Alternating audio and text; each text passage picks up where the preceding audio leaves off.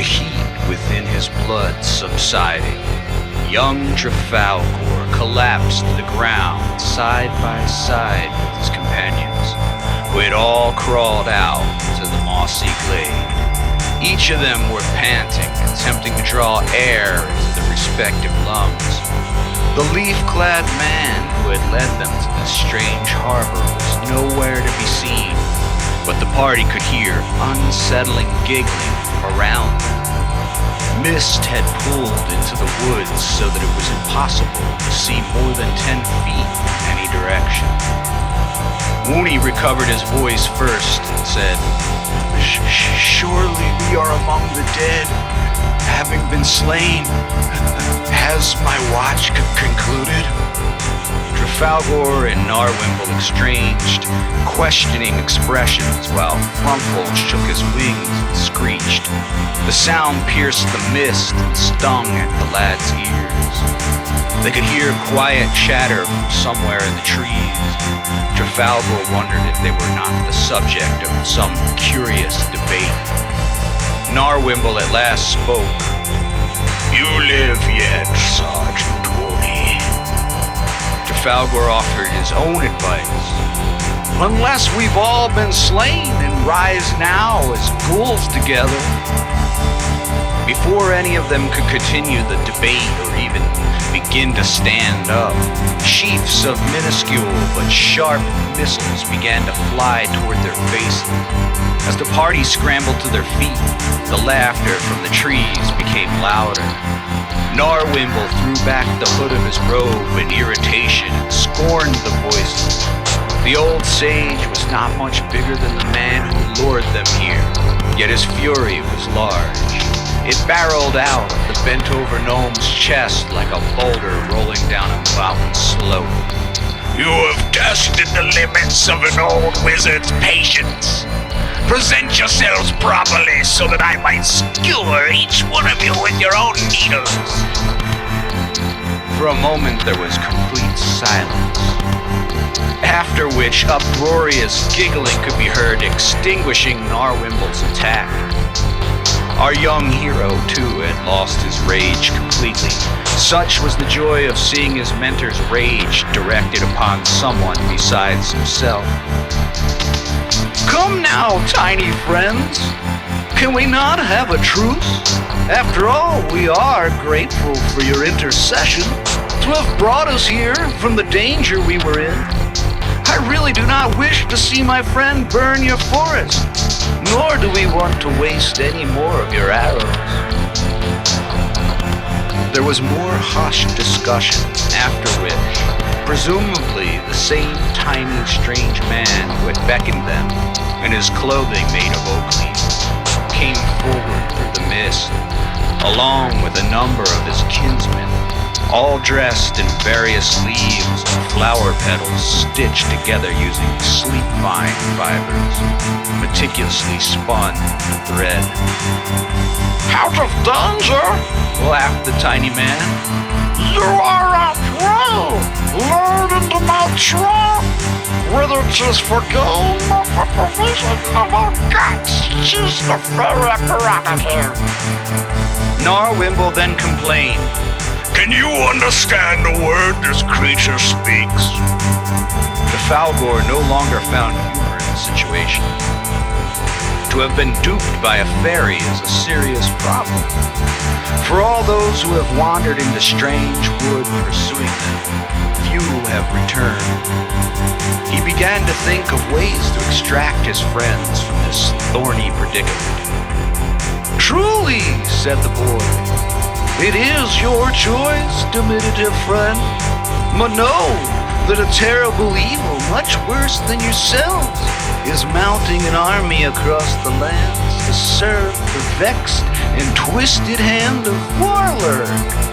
When they are finished trampling the kingdoms of our origin, what do you think they will do to yours? If you believe this evil will spare you, Make sure to season us properly, for we shall taste bitter. Such is our resentment at being eaten. Yet if you know as I do, that the demons of death are on their way, spare us, grant us your pardon, and give us an army to spare. Warlyrk, Solo? The oaken fairy asked. Gnarwimble groaned. I cannot figure the words. If it is not gibberish, I do not know what it is. The old man continued to rant, mostly to himself. A much older spirit, wearing a crown of acorns, then came forward from the mist. We know of the one called Warlyrk. The foul sorcerer's stench can be smelled all across your land. However, you are in error, Bond, as he cannot penetrate the veil of our world without our invitation. Your gambit receives partial credit, however. We dislike him. 'Tis true, we would not lie. After all, we do not eat carrion. He would turn all the realms into death. Just as you say, your score is, let's see, 34 out of 40.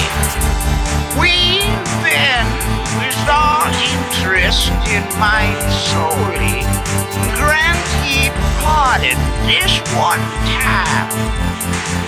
Woony perked up. Thank you. Do not thank us. We are the Wishy of Frumffle. We are not your friends. Everything we do is for our pleasure. Thank circumstance that your fate does not rest within our bellies. Druhfalgor nodded. Indeed, we thank circumstance. I would pray to circumstance if I could.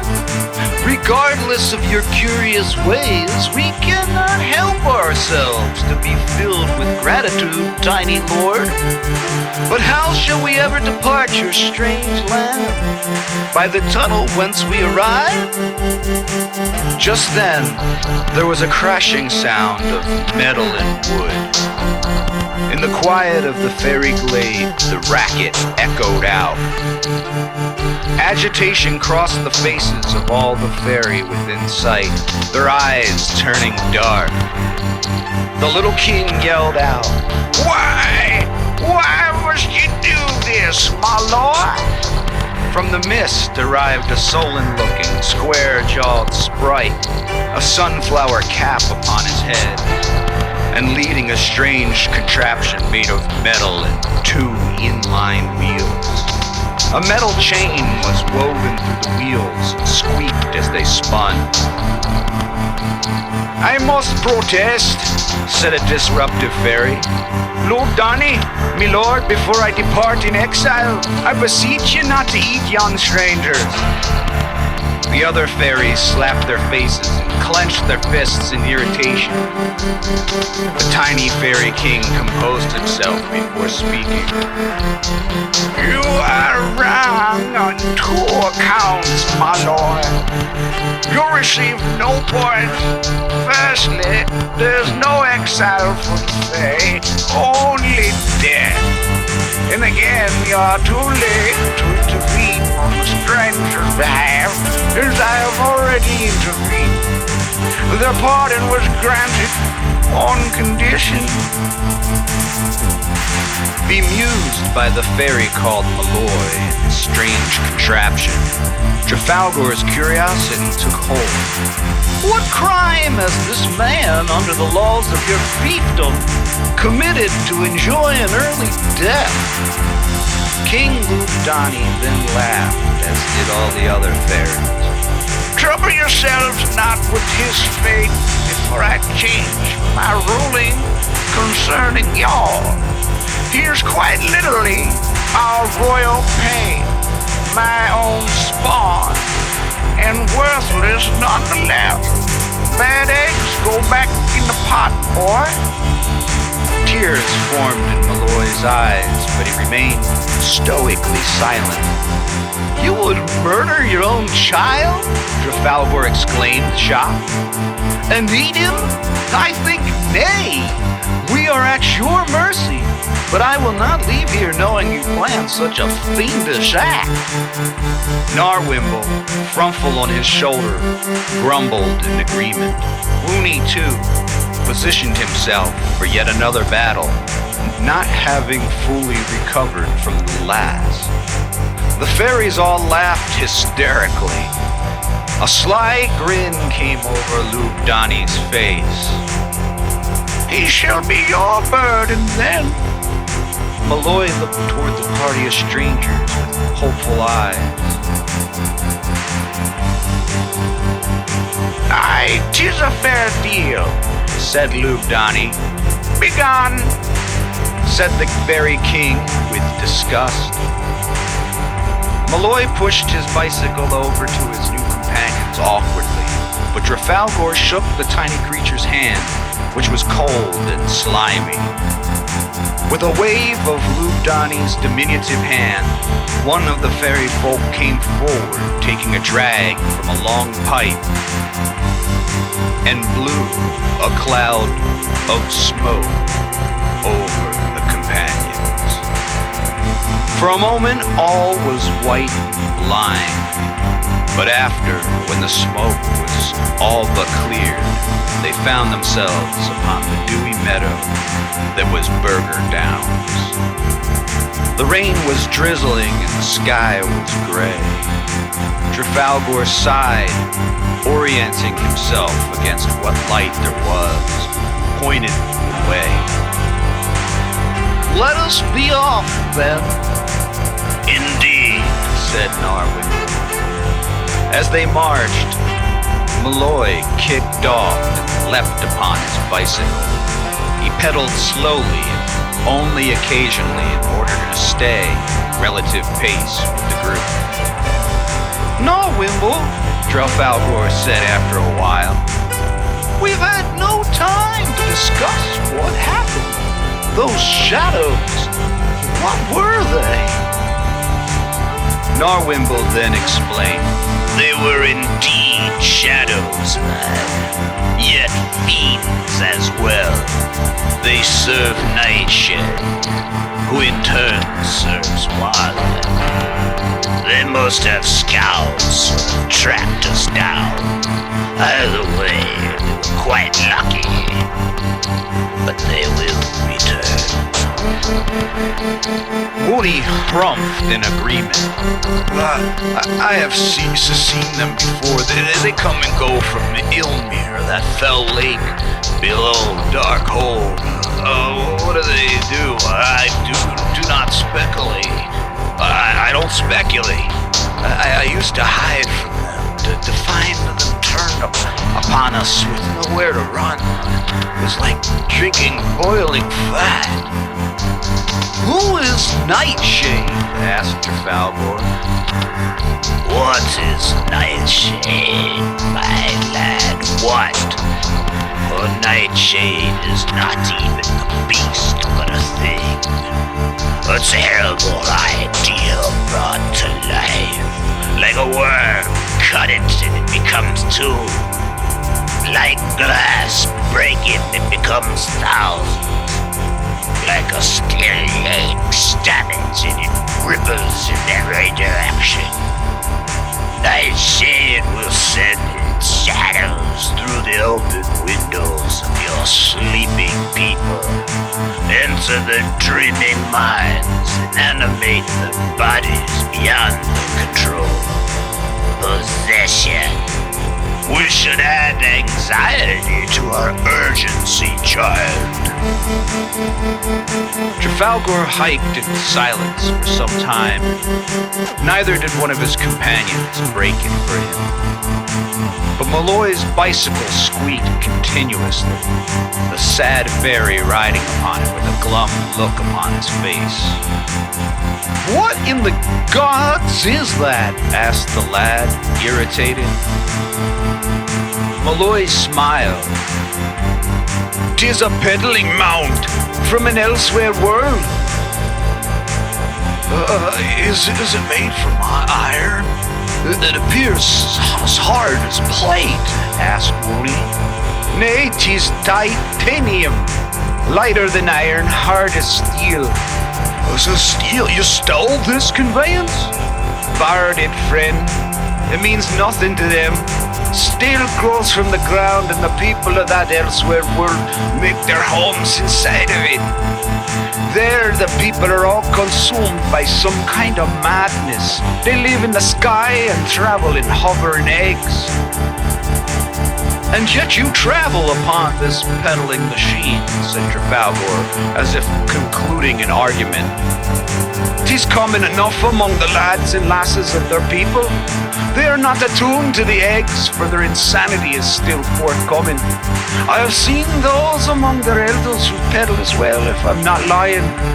The lad shook his head and smiled, letting his angst fly from him. My name is Druhfalgor. I am heir to Pyllandar. This is Gnarwimble and Woony. Gnarwimble is the great sage and my mentor. The black hawk upon his shoulder is called Frumffle. With that, the bird squawked, soared into the sky above, chasing the boy's fears. I know you well enough, said Malloy. I am Malloy on heir to Donny, king of Warlyrk. None of that matters now. Do not fret, friend, said our young hero. We are on a thankless quest to retrieve the sword Pyllandar. It was stolen from me by the wretched witchmage Warlyrk. If we do not succeed, then truly nothing will matter. Malloy then said, I've been watching you. We she do not sleep, but we have occasion yet to dream.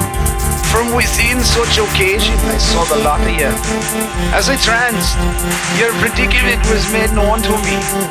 I came in a sprint, as the old ones sometimes say, with me eyes behind me, yet rushed as I were, and managed to bring something along. Perhaps 'twill help ye. He stopped his bicycle, fished inside of his bag, bringing out several helms, which, rather than metal as one would expect, were woven from mysterious fabric. They gleamed as if reflecting light, though the sky was filled corner to corner with dark, miserable clouds. Malloy offered one to Druhfalgor. Place these helms upon your head and it shall provide you perfection. He then presented Gnarwimble and Woony each with their own.